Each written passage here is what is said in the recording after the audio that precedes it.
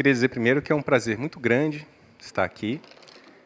E, antes de qualquer outra palavra, honrar a lembrança do nosso querido professor Isaac Reutemann, de quem eu recebi esse convite para estar aqui hoje, no início do ano ainda, e que, sem dúvida, onde quer que esteja, espero que esteja aqui também conosco, né? Eu sou da filosofia de que quando alguém se eleva para onde ele se elevou, certamente pode estar em muitos lugares ao mesmo tempo, né? Tamanha era a sua consciência e o amor profundo que ele tinha. Então, deixo aqui também essa lembrança muito carinhosa de alguém que foi uma pessoa muito importante na minha vida, também na vida dos meus pais, e aqui, certamente, na construção desse espaço, né?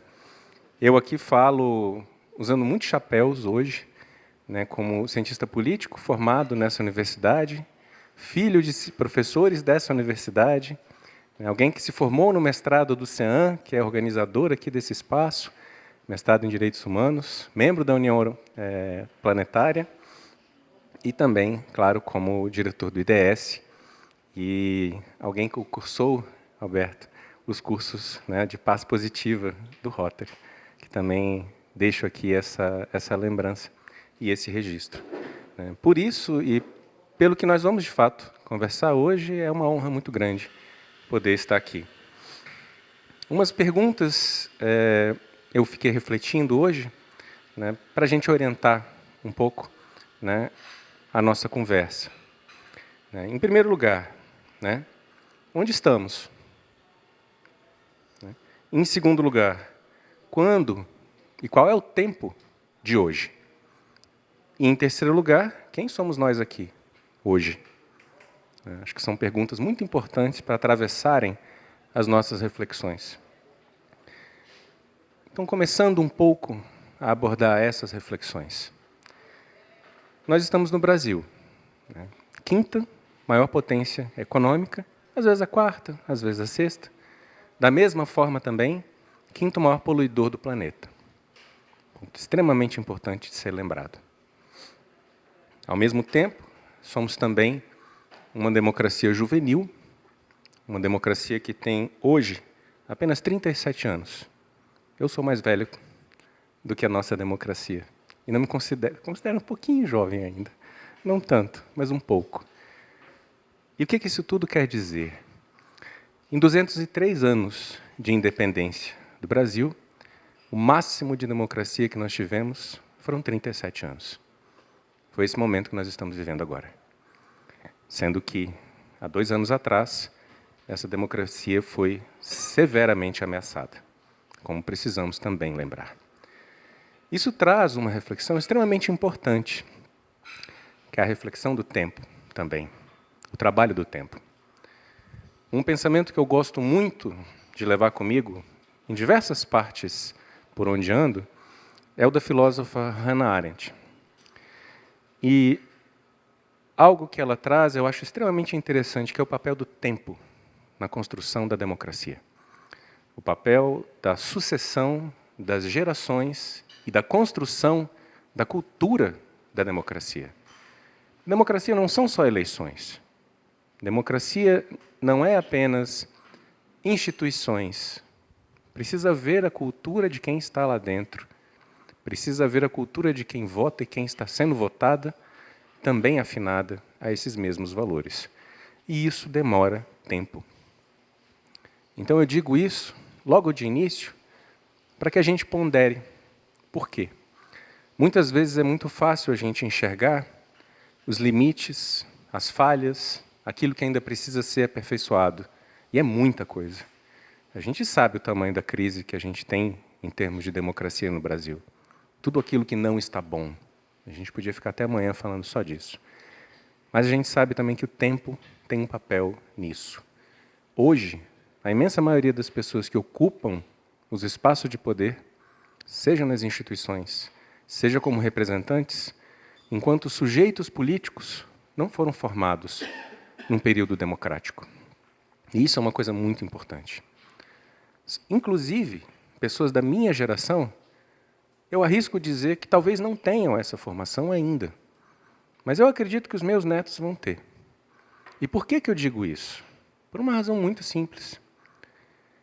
No Brasil, nunca avô, pai e filho, avó, mãe e filha puderam sentar com plena liberdade numa mesa durante um almoço ou um jantar e conversar sobre política, conversar sobre o futuro do país com plena liberdade e sem medo. Isso nunca aconteceu. Eu já vi isso na minha família. Assuntos que não foram possíveis conversar porque traziam más memórias, traziam más lembranças. Isso é uma coisa extremamente importante, da gente lembrar que na construção também das nossas famílias existe um trabalho de formação adiante para as próximas gerações. Nós hoje vivemos, nesse tempo que estamos chegando com a nossa democracia juvenil, um processo de transformações como nunca aconteceu na história da humanidade. Alguns autores gostam de chamar esse momento, queridos, de policrises. Acho interessante, é uma boa reflexão. Mas eu gosto mais de uma outra, de um sociólogo alemão chamado Ulrich Beck. Então, o que esse sociólogo dizia? Uma reflexão interessantíssima.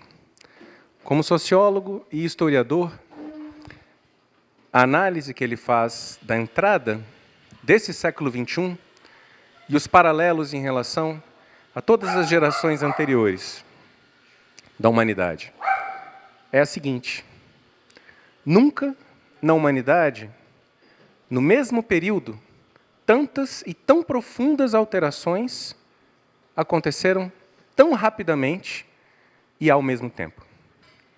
Se nós pensarmos grandes avanços da humanidade, grandes transformações, como a agricultura, como a escrita, ou mais recentes até, como talvez as navegações, ou como talvez a impressão, né? Ou ainda talvez até a digitalização e os meios de comunicação distantes, todos esses momentos de evolução da humanidade se deram, na maioria dos casos, com grandes intervalos entre si, com séculos de intervalos. Hoje, nós estamos falando de alterações extremamente profundas que se sucedem com intervalos menores do que 10 anos. Ou seja, o período de transformação em que isso acontece com a humanidade não nos dá tempo de aprendizado até a próxima grande transformação. É um processo simultâneo. Então, esse sociólogo diz o seguinte: nós só podemos ter uma certeza, e eu concordo com ele, é que não vai haver um processo de evolução da sociedade, dos países, da economia, do mundo, que seja com um paralelo em relação ao passado. Mas vai ser algo profundamente novo, porque nunca essas condições aconteceram tantas, tão profundamente, tão rápido e ao mesmo tempo. Então, hoje ele diz o seguinte: o que nós estamos vivendo é uma metamorfose. É um processo onde algo se transforma profundamente em outra coisa.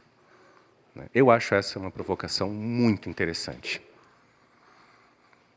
E quem somos nós aqui, pensando?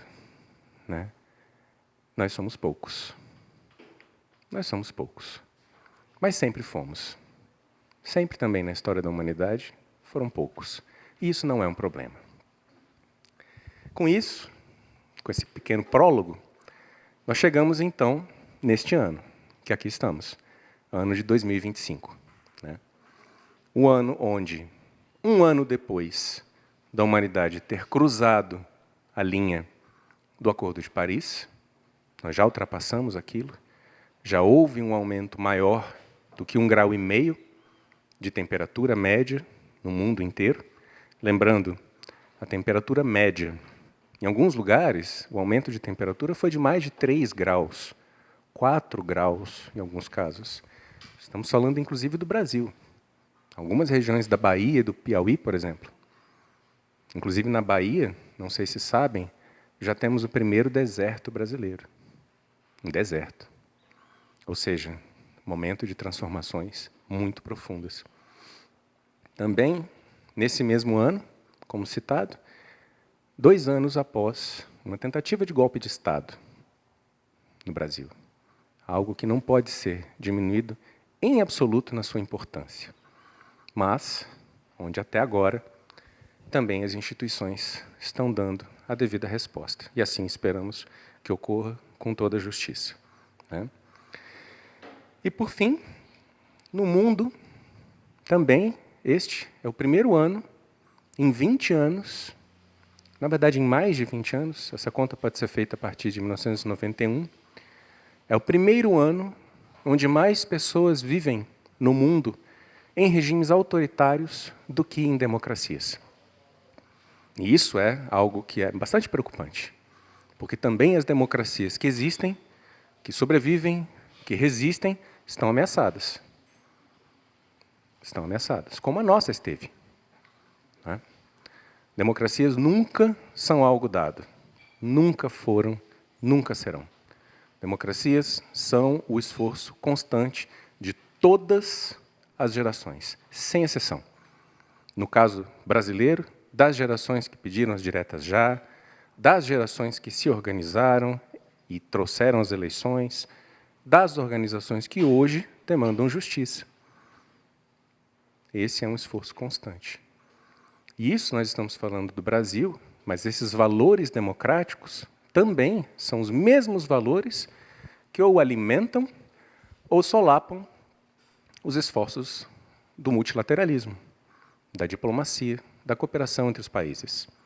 É um mesmo grande pilar da humanidade, a cooperação. Começando na nossa rua, para a nossa cidade, para os nossos estados, para o nosso país, para o mundo inteiro. É o mesmo conjunto de valores. E esses valores têm a sua mesma importância em cada um desses espaços, né? Então, aqui chegamos, 2025. Né? Este ano, particularmente, eu acredito, é um dos anos mais importantes deste século. Por quê? Esse século está só começando. Muita coisa vai acontecer ainda. Mas exatamente por estar começando, agora, esse momento, é extremamente chave. Esse é o momento onde a COP30, 30 anos de Conferência das Partes, 30 anos de negociações sucessivas, este é o ano em que este espaço vai ser colocado em xeque.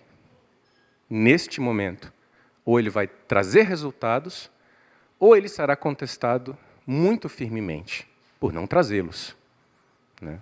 E isso é uma coisa que, inclusive, já vem acontecendo, né? Por movimentos que não são democráticos. E a gente precisa ter um cuidado muito grande com isso. Dessa mesma forma, a reflexão de tempo a gente precisa fazer em relação a esse processo. Se nós pensarmos o multilateralismo, os diálogos de toda a humanidade, quantas vezes isso aconteceu no passado? Muito poucas. Muito poucas. Na Liga das Nações, no início do século XX, poucas nações faziam parte. Muitas eram ainda colônias, muitas não tinham sua independência. No pós-guerra, da mesma forma, com a ascensão da democracia, com a libertação dos povos, a autodeterminação dos povos, diversas esferas foram criadas. Isso é uma novidade na história da humanidade. E, nesse sentido, também é necessário, por isso, uma ponderação muito difícil de se fazer entre a paciência e o senso de urgência. Nada fácil de se fazer. Porque, se nós olharmos a história da humanidade, é talvez um milagre isso que está acontecendo, que precisa ser muito celebrado. Finalmente a democracia, finalmente os valores comuns, finalmente a cooperação são dialogados, existem compromissos feitos por toda a humanidade. Compromissos que já tiveram muito sucesso, inclusive. A abolição da escravidão é uma. A adoção de direitos humanos por talvez 99,99% dos países. Mas tudo isso dentro de uma perspectiva de normalidade que hoje ela é desafiada pelas mudanças climáticas. Então, as mudanças climáticas trazem, nesse momento histórico tão complexo, um senso de urgência. Um senso de urgência. Nós hoje, como dito, já ultrapassamos o limite de 1,5 graus. Para algumas pessoas isso pode parecer pouco, mas isso é muita coisa. Isso é um aumento de mais de 80% no número de dias de calor extremo, por exemplo. E quando a gente pensa em calor extremo, estando dentro desse edifício, é fácil pensar nisso. Fecha a porta, liga o ar-condicionado. Agora, se nós somos uma daquelas pessoas que está varrendo folhas ali fora, é muito mais complicado. Então, isso tudo precisa ser pensado. A gente está falando de novas relações de trabalho, novas construções de dignidade humana que são necessárias. E tudo isso, hoje, converge na COP30. Por quê? Porque nós, como humanidade, falhamos. Nós, em 2015, coletivamente, nos comprometemos a que o limite de aumento de temperaturas fosse 1,5 graus. Esse limite foi rompido no ano passado. Esse era o limite considerado seguro, para que nós pudéssemos levar uma vida muito semelhante à que a gente vive hoje. Nós sabemos hoje que nós já passamos esse limite. E da mesma forma que foram muitas décadas, talvez a gente possa até contar séculos, para chegar nesse momento, para desfazer esse processo, da mesma forma também, provavelmente décadas, talvez séculos, para que a gente volte a um processo de normalidade. Mas esse processo precisa começar. Nós podemos argumentar que ele já começou, e eu sou dessa filosofia. Eu quero olhar o lado positivo nisso tudo, porque ele existe. Da mesma forma que hoje o mundo inteiro está dialogando, hoje tem muitas coisas que nós podemos celebrar. Por exemplo, hoje a imensa maioria das novas formas de produção de energia são renováveis no mundo inteiro. Isso é muito importante.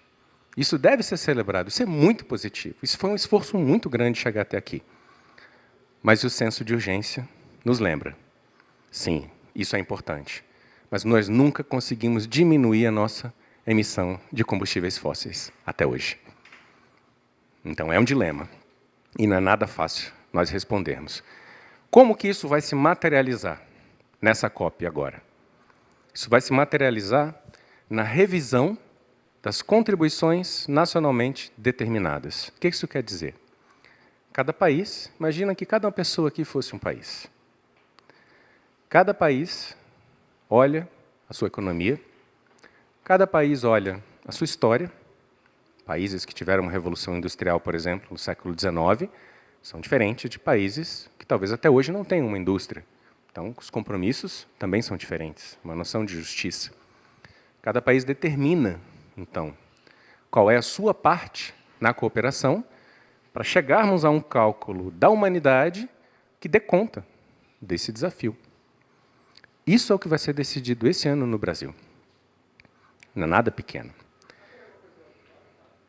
E esse é exatamente o tamanho do desafio que nós temos. Esse é um desafio de diminuição do impacto da humanidade, ao mesmo tempo, como já passamos o limiar anterior, é um desafio também de adaptação. Como nós sabemos também, por exemplo, certos países insulares, pequenas ilhas, já estão vendo o tamanho dos seus territórios diminuírem. E se continuar o processo de aquecimento global, esses países não terão mais território, porque estão a 10, 15 centímetros de altura acima do nível do mar. Então, essas populações precisarão emigrar, e esses países não vão mais existir. Isso é o aspecto mais radical da adaptação. Mas ele vai chegar até aqui também. Todo mundo vai precisar se adaptar. Por exemplo, no caminho da sua casa ao seu trabalho, se você vai a pé e pega um transporte público, você vai querer que esse caminho seja arborizado. Se você vai de transporte público, você vai querer que esse transporte público seja elétrico, seja hidrogênio, seja qual for a forma que ele possa ser, para que não contribua também com as mudanças climáticas. São muitas maneiras de se adaptar que são necessárias, e a adaptação e mitigação, a maioria das vezes, caminham juntas, né? Quando a gente planta uma árvore, a gente tira carbono da atmosfera. Quando a gente vai de ônibus e deixa o carro em casa, a gente também diminui muito, né, a emissão por pessoa de um país. São muitas coisas que precisam ser pensadas. Essas são apenas algumas. E hoje, qual que é o custo disso? Tudo isso custa dinheiro. Tudo isso custa energia. Tudo isso custa decisão. Já foi feito esse cálculo. E aí, novamente, a gente tem uma notícia muito boa. Não é caro. Parece caro, mas não é. Quanto custa isso? Esses são dados que vieram da COP29, lá em Baku. 1,3 trilhão de dólares por ano. Pô, mas você não disse que era pouco? É pouco. Parece muito, mas não é. Eu estou falando 1,3 trilhão de dólares é 53% do gasto mundial com armas. Só com armas. Veja que interessante. É possível resolver o problema da adaptação climática e da mitigação, de controlar as mudanças do clima, e ainda as pessoas podem continuar gastando metade do que elas gastam, os países, com armas. Não é nem preciso a gente chegar no pacifismo absoluto. No meio do caminho a gente já consegue. E nós não estamos nem falando de outras fontes de recurso que a gente poderia pensar, como a taxação de grandes fortunas, prevista na nossa Constituição, né? Como talvez a taxação à publicidade ou outras indústrias que não são tão primárias e tão importantes centralmente na vida das pessoas e que poderiam oferir recursos para isso. Ou seja, existe prosperidade suficiente para que essa decisão seja tomada. Isso é uma ótima notícia. Se o valor fosse 10 trilhões, aí realmente seria preocupante, mas não é. É 1. Parece muito, mas não é. E aí, naquela COP, então, que isso foi dito, quanto que se avançou? O que foi possível chegar? Muito pouco. Foi possível chegar num acordo em que os países ricos, que historicamente contribuíram muito mais para a poluição do mundo, auxiliem os países pobres com 300 bilhões de dólares. Pô, 300 bilhões de dólares é muito dinheiro. Parece muito dinheiro. Mas não é tanto dinheiro. Quando a gente olha essas cifras da cooperação internacional, a gente sempre tem que ver elas comparativamente.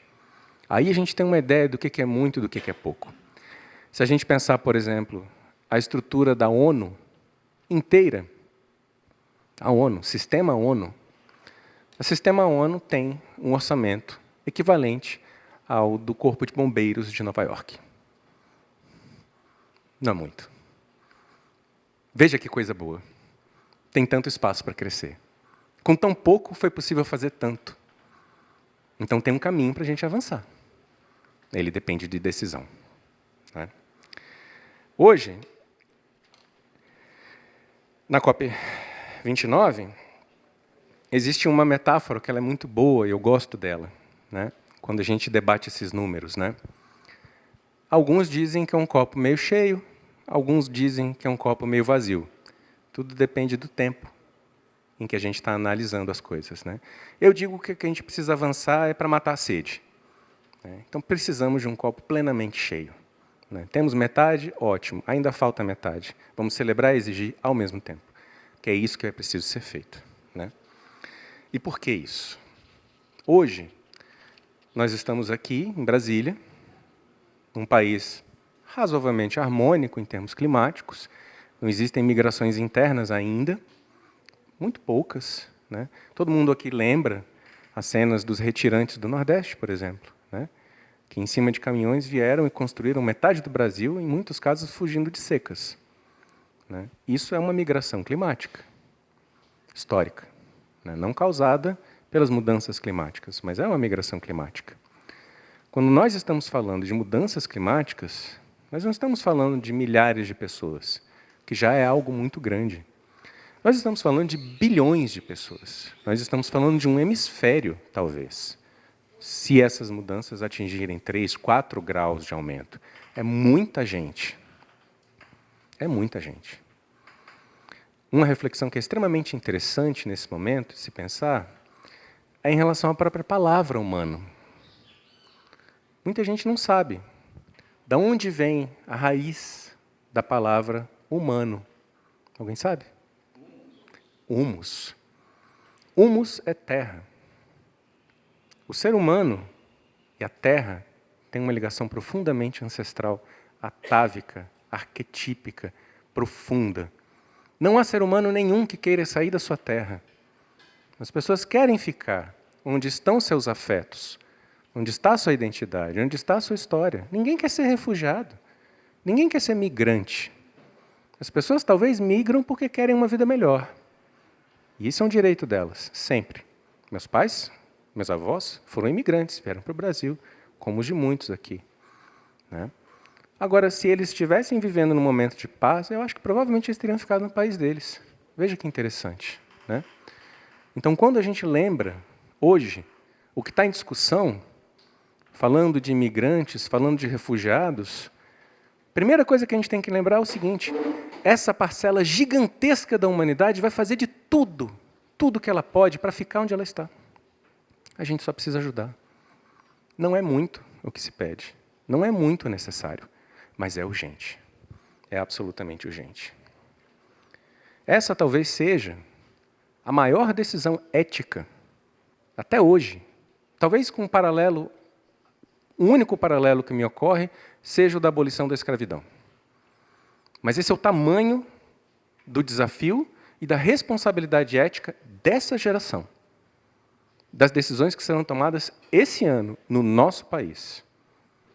É se nós vamos nos mobilizar como humanidade para auxiliar uma parcela imensa da nossa humanidade, ou se nós vamos, então, como humanidade, nos ausentarmos desse debate, protelarmos as decisões e talvez termos que lidar com bilhões de refugiados que nunca desejariam ter saído dos seus lares.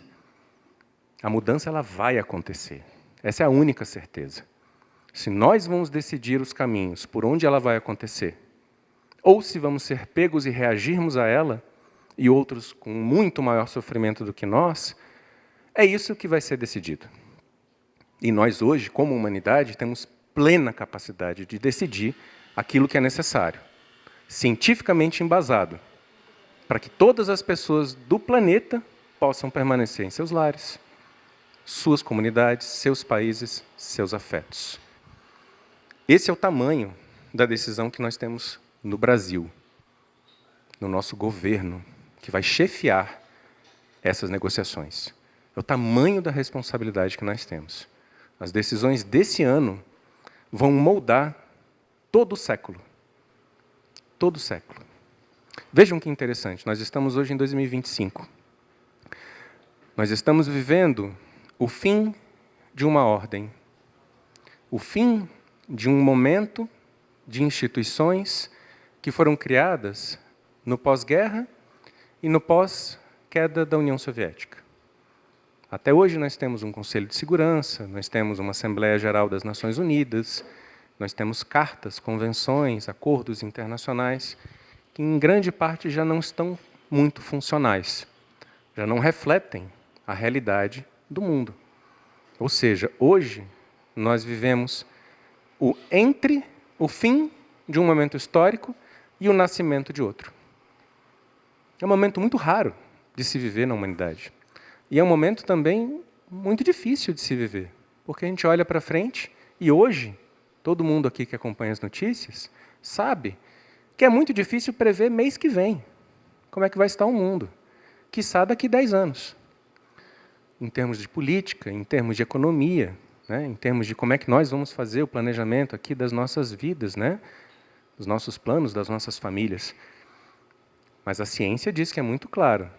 Caso certas decisões sejam tomadas, esse aqui será um resultado. Caso não sejam, será outro. Então, por isso aqui nós certamente podemos nos pautar. O desafio é o quê? O desafio é a gente conseguir dialogar. E esse é um desafio muito grande. Muito grande. Porque hoje nós vivemos dentro de um sistema econômico. Eu tenho muitas críticas a esse sistema econômico, muitas, tenho certeza que são compartilhadas por muitas pessoas aqui, mas esse sistema econômico, por enquanto, é o que dita o nosso sistema político e é o que ditou até agora que as decisões fossem tão poucas, fossem tarde e fossem insuficientes. Pelo menos algumas começaram a acontecer, mas ainda foram poucas, dada a urgência que nós temos. Então, a gente precisa criar pontes de diálogo. Hoje, a meu ver, a pauta da economia é a pauta mais central. Não é a mais urgente. Não é a mais urgente. A mais urgente é a dignidade da pessoa humana.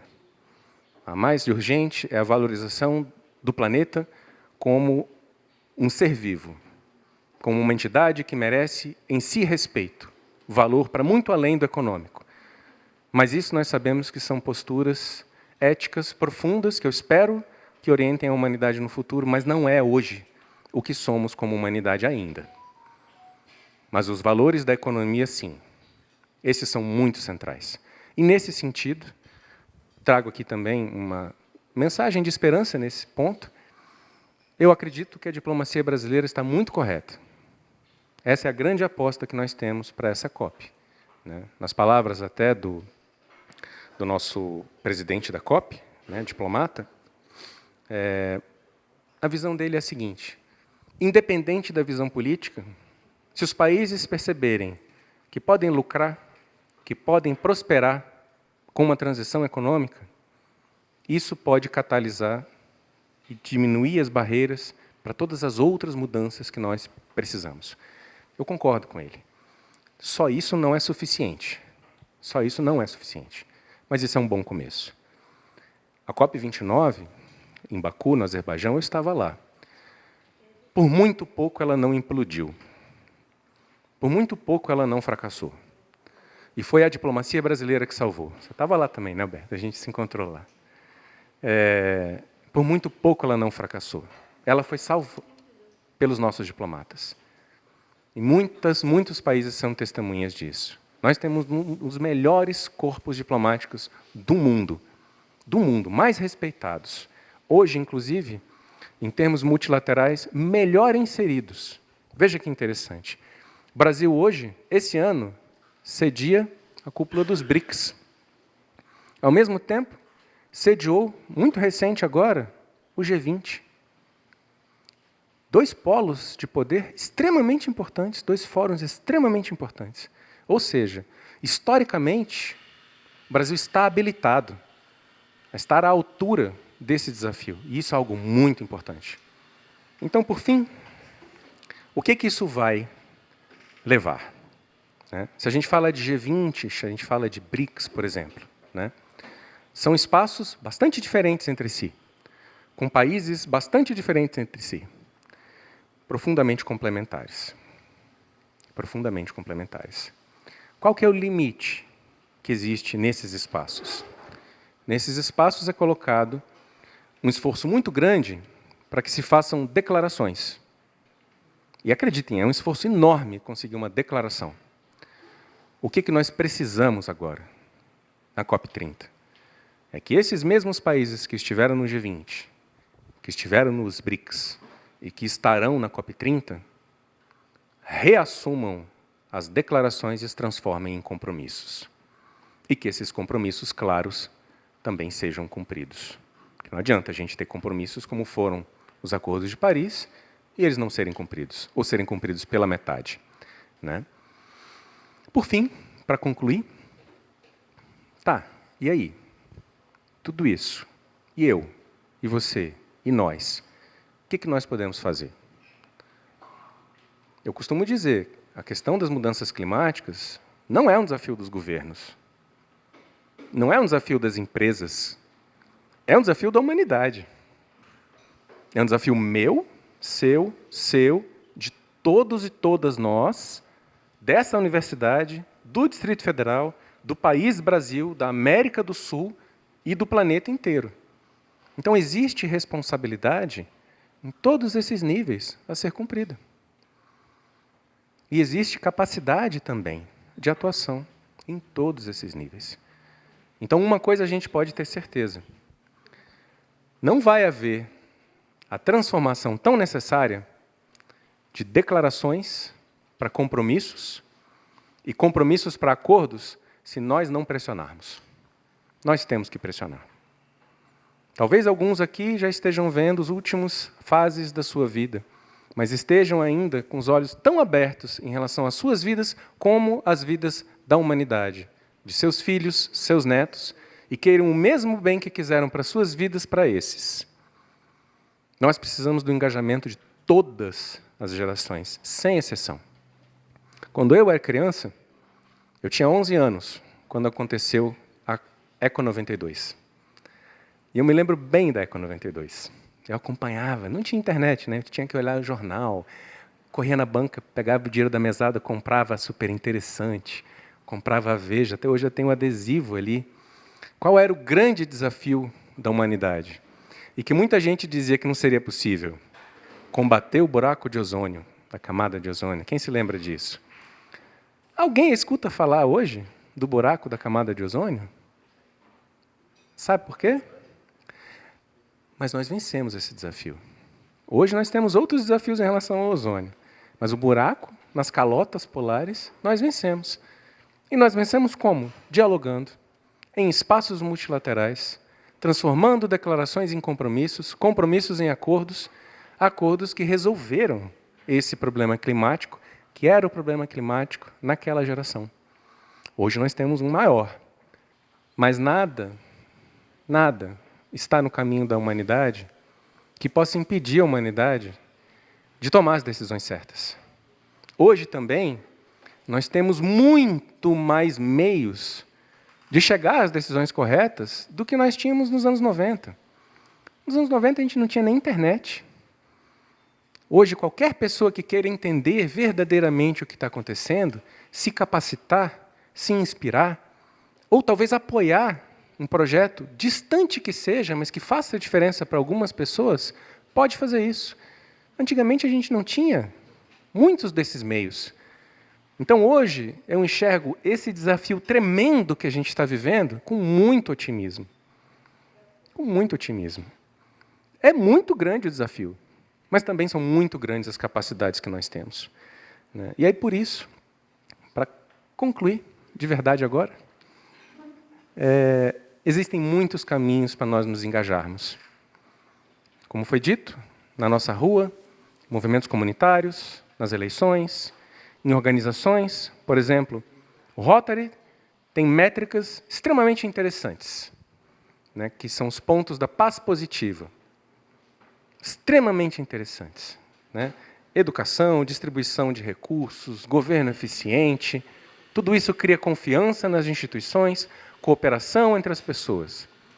Nós podemos traçar um paralelo praticamente transversal entre cada um desses pontos e os objetivos de desenvolvimento sustentável, por exemplo, defendidos aqui pela União Planetária, que é representante dessa iniciativa no Brasil. São muitas as formas de nós engajarmos e, nesse sentido, chegarmos a um momento onde haja, de fato, uma virada profunda.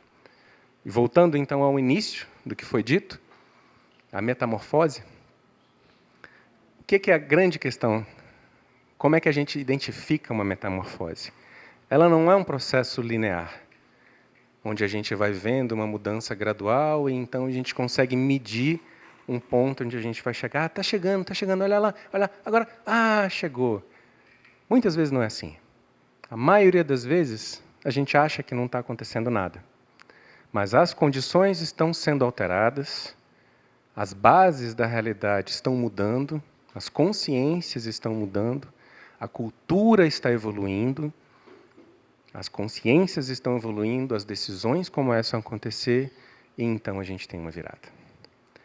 Esse é o principal processo. E por isso eu creio, sim, que nós estamos frente, muito provável, vai depender do esforço de cada um, vai depender do engajamento de cada um e cada uma, a uma bela metamorfose para a nossa sociedade, onde a gente vai, talvez, compartilhar da grande inspiração que foi, eu vi isso hoje, e eu fiquei muito feliz de ter encontrado esse pensamento, de um filósofo italiano chamado Pietro Baldi, que ele dizia o quê?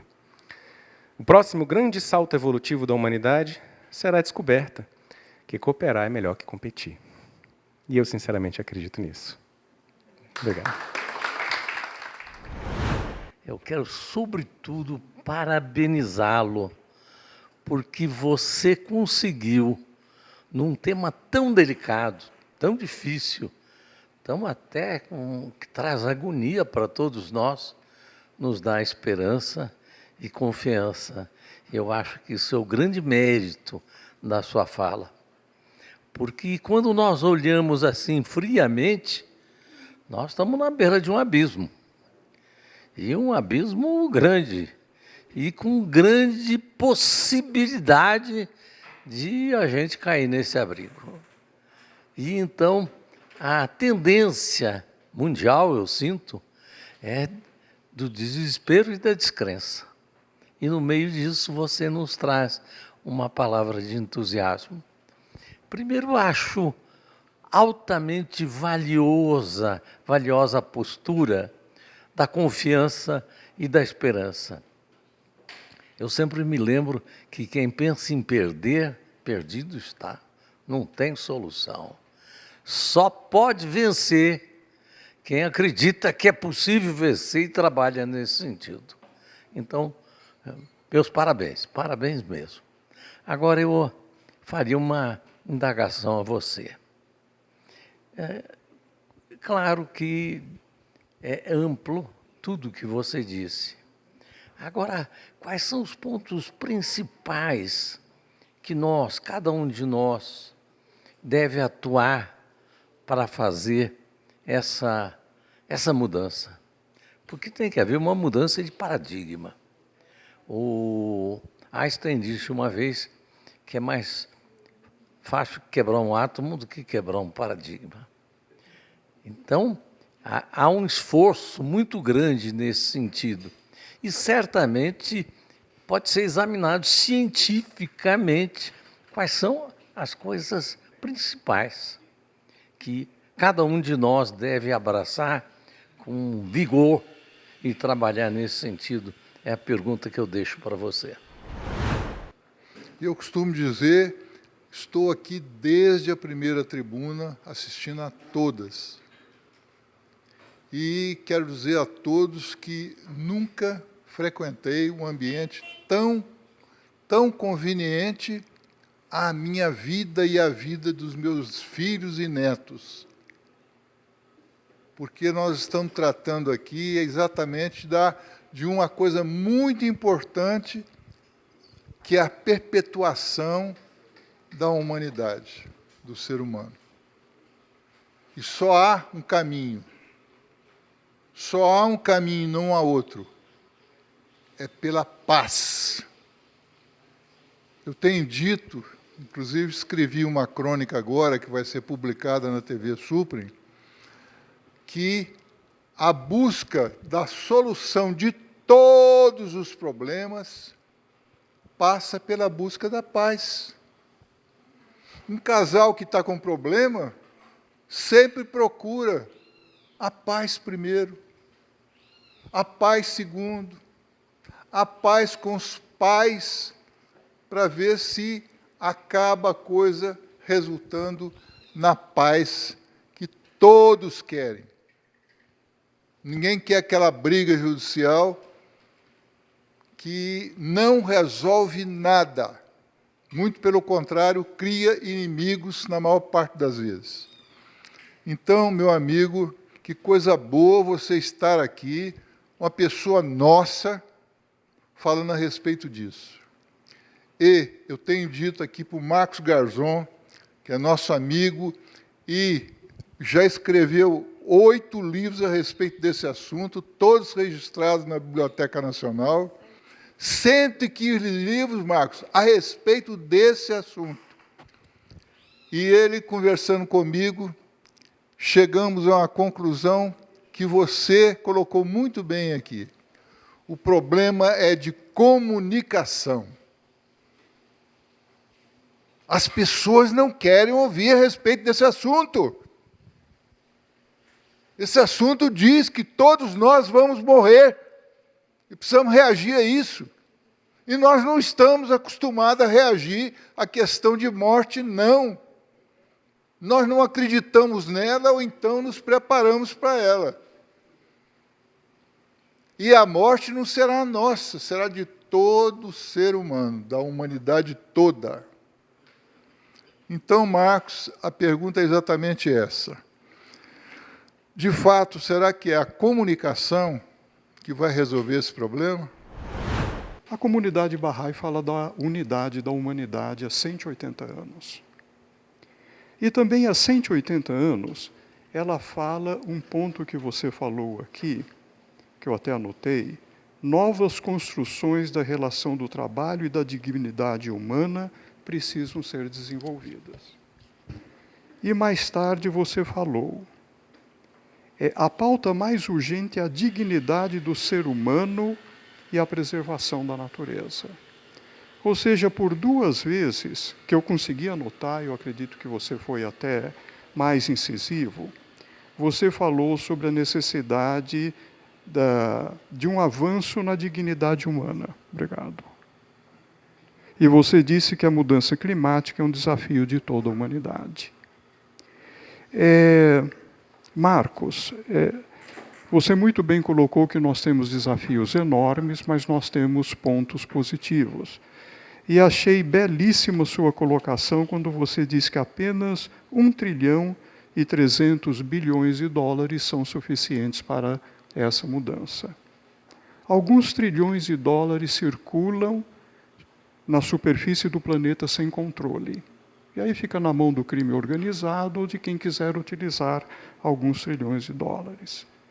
Só, Marcos, e aí é a pergunta que eu faço a você, eu acho que como indivíduos, eu, você e todos que estão aqui reunidos, a nossa capacidade de ação é muito pequena. Nós precisamos de novos sistemas de organização. Nós precisamos, e você falou muito bem, que no âmbito internacional nós temos organizações que surgiram depois da Segunda Guerra Mundial e não evoluíram, e você citou várias delas. Eu gostaria que você nos desse uma visão de qual é essa mudança organizacional em nível internacional que nós devemos perseguir para conseguir o engajamento de todos, porque me parece que está muito obscuro isso. Obrigado. Estou muito feliz com a tua apresentação e eu quero compartilhar aqui com todos, com meu querido irmão Ulisses e a Wanda, minha irmãzinha, e a Cacai e outros, o Jean-François, meu companheiro do Rotary. É o seguinte, esse mundo está virando não somente muito complexo, ele é matricial, e nós estamos acostumados a trabalhar soluções de uma forma linear. Então, essa linearidade de causa e efeito tem nos trazido até o presente. E só recentemente, provavelmente sim, a partir da Agenda 21, né? E agora, os sucessivos acordos na questão climática, que, por sinal, a questão climática não é um monolito dentro que pode ser resolvido sozinho. São todas as interrelações possíveis, inclusive há indícios fundamentados por uma boa parte da ciência. Eu sou uma pessoa de ciência, então me desculpem por esse pragmatismo, que nem toda a questão das mudanças climáticas pode ser atribuída à ação humana. Mas, com certeza, a ação humana está contribuindo significativamente aos efeitos que nós estamos percebendo em nosso entorno. Então, com essa descrição, e eu fiz isso um pouco para poder estabelecer uma plataforma, o Marcos me conhece, estou mais voltado para questões de como trabalhar em comunidades, em vários temas, né, que nós várias causas que nós trabalhamos no Rotary, a paz e a prevenção de conflitos é uma delas, saúde materno-infantil, prevenção e tratamento de doenças, questões de pandemias, água potável, saneamento, saúde materno-infantil, já falei, e desenvolvimento econômico e comunitário e a questão da sustentabilidade ambiental, onde temos até agora encaixado essa questão das mudanças climáticas. Só que hoje sabemos que as mudanças climáticas estão em todas as outras áreas de enfoque que nós trabalhamos. Então, diante dessa complexidade, Marcos, esse diálogo que nós estamos tentando de promover, meu amigo do Bahá'í Sai falou de nossa capacidade de influenciar desde a comunidade. Eu discordo, não é pouca, é muito, porque é para o ser humano e pelo ser humano e o que atinge a nós. Então, como podemos chegar a esse diálogo, a essa troika de Dubai, Baku e agora Belém do Pará, para poder fazer ação climática nas comunidades e que seja perceptível como um avanço para nos dar esse entusiasmo para seguir para frente. Bom, perguntas, intervenções profundíssimas, muito inspiradoras e que vou tentar aqui, mas não vou me arrogar a responsabilidade de conseguir respondê-las. Eu hoje me pauto, acho que muito mais por dúvidas do que por certezas. E eu acho que, às vezes, a gente compartilhando algumas delas, isso mais ajuda do que atrapalha. Então, eu vou responder alguns paradoxos, talvez com outros paradoxos. E assim a gente se exercita conjuntamente na reflexão. Primeiro, então, meu amigo Ulisses, o que fazer? O que fazer? E também essa foi um questionamento, um pensamento compartilhado aqui por todos que vieram nessa tribuna.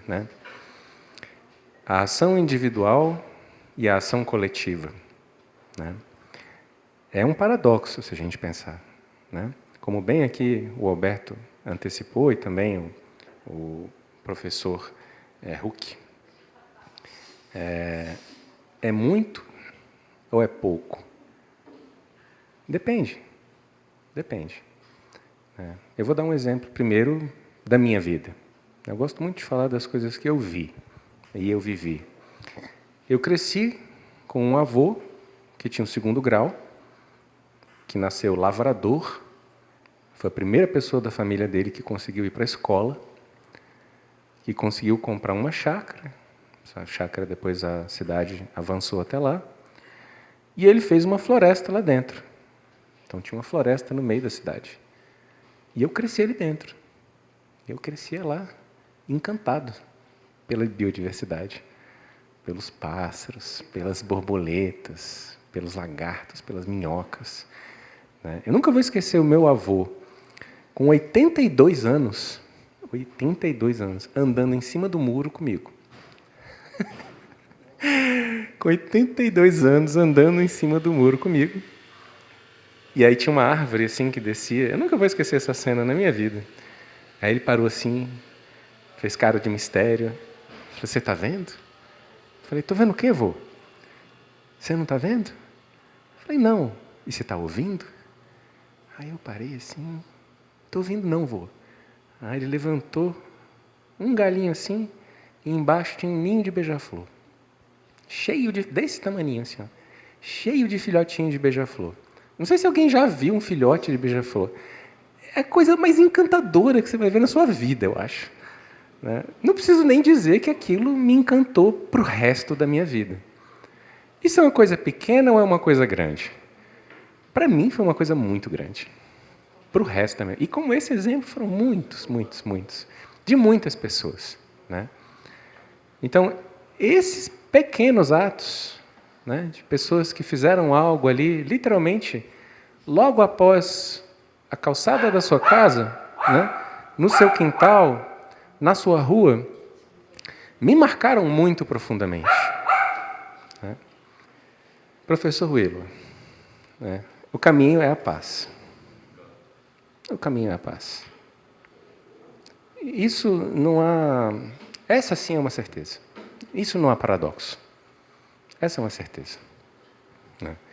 Quando a gente pensa grandes transformações da humanidade, muitas vezes a gente pensa naquelas que eu até citei, né? O pós-guerra, a queda da União Soviética, coisas do gênero. Mas os direitos civis nos Estados Unidos, e que toda a América se irradiaram, também construídos em cada um desses países, foram uma transformação tão grande quanto. A abolição da escravidão, inclusive, também outra. Né? E todos esses esforços foram feitos, né, por pessoas como Mahatma Gandhi, como Babasaheb Ambedkar, com os intocáveis na Índia, Martin Luther, com as pessoas negras nos Estados Unidos, e Abdias do Nascimento, e quantos que lutaram no Brasil, sem derramar uma gota de sangue. Um trabalho muito firme de enfrentamento, sim, mas pacífico. Né? O nome me lembro ainda, né? Satyagraha, a firmeza da vontade. Né? Isso é uma grande verdade. E é desse tipo de posição que nós precisamos hoje. Firmeza de vontade. Né? A comunicação vai resolver o problema? Eu acho que hoje, aí a gente entra no paradoxo. A comunicação é o problema e é a solução ao mesmo tempo. Mas elas vão se encontrar onde a gente vai chegar. Professor Huck, né? Eu não sei se você estava, mas eu acho que estava na casa da nossa amiga Git, quando estava lá com Irad Agrari falando de mudanças climáticas, lá com a comunidade Bahá'í. Foi uma noite muito especial. Eu admiro muito o movimento Bahá'í, todo o trabalho que fazem pela paz no mundo inteiro. É muito belo. E essa noção de unidade da humanidade é algo inestimável. Né? E, novamente, nós chegamos, né, a esse paradoxo. O indivíduo, a comunidade, o algo maior, o como fazer, o que é pouco, o que é muito. Mas qual a mudança no nível institucional que nós precisamos? Né? E Alberto, por fim, né, temos questões da natureza do mundo, de ciclos geológicos muito complexas, inclusive, muito importantes serem lembradas também. Mas, novamente, como chegarmos ao diálogo necessário? Né? Ação climática das comunidades para o mundo. Eu vou começar novamente com um exemplo da minha vida. E eu sei que você compartilhou vários exemplos, vários momentos desses, vários aqui. Quando eu fui administrador do Lago Norte, nós criamos um projeto pequeno. Um projeto de fazer um viveiro comunitário de mudas. A intenção era que nós fizéssemos 10 mil mudas, ou 15, não lembro, para, no Natal, presentearmos cada casa do Lago Norte. Né? Nesse Natal, dei um presente para a natureza. Essa era a ideia. E assim nasceu o projeto. Nasceu, na verdade, tomando cafezinho à noite com segurança da administração. Eu falei, olha, a gente não tem R$1, está em lei de responsabilidade fiscal, como é que a gente vai fazer? Eu falei, não, eu sou viveirista, eu sei fazer. E amigo a gente tem por aí, a gente se vira. Então vamos. Fizemos o viveiro sem gastar R$1. A UNB, inclusive, doou uma série de materiais para a gente conseguir fazer. Os escoteiros pagavam a conta de luz, os voluntários iam lá, doavam saquinhos. Nasceu um viveiro.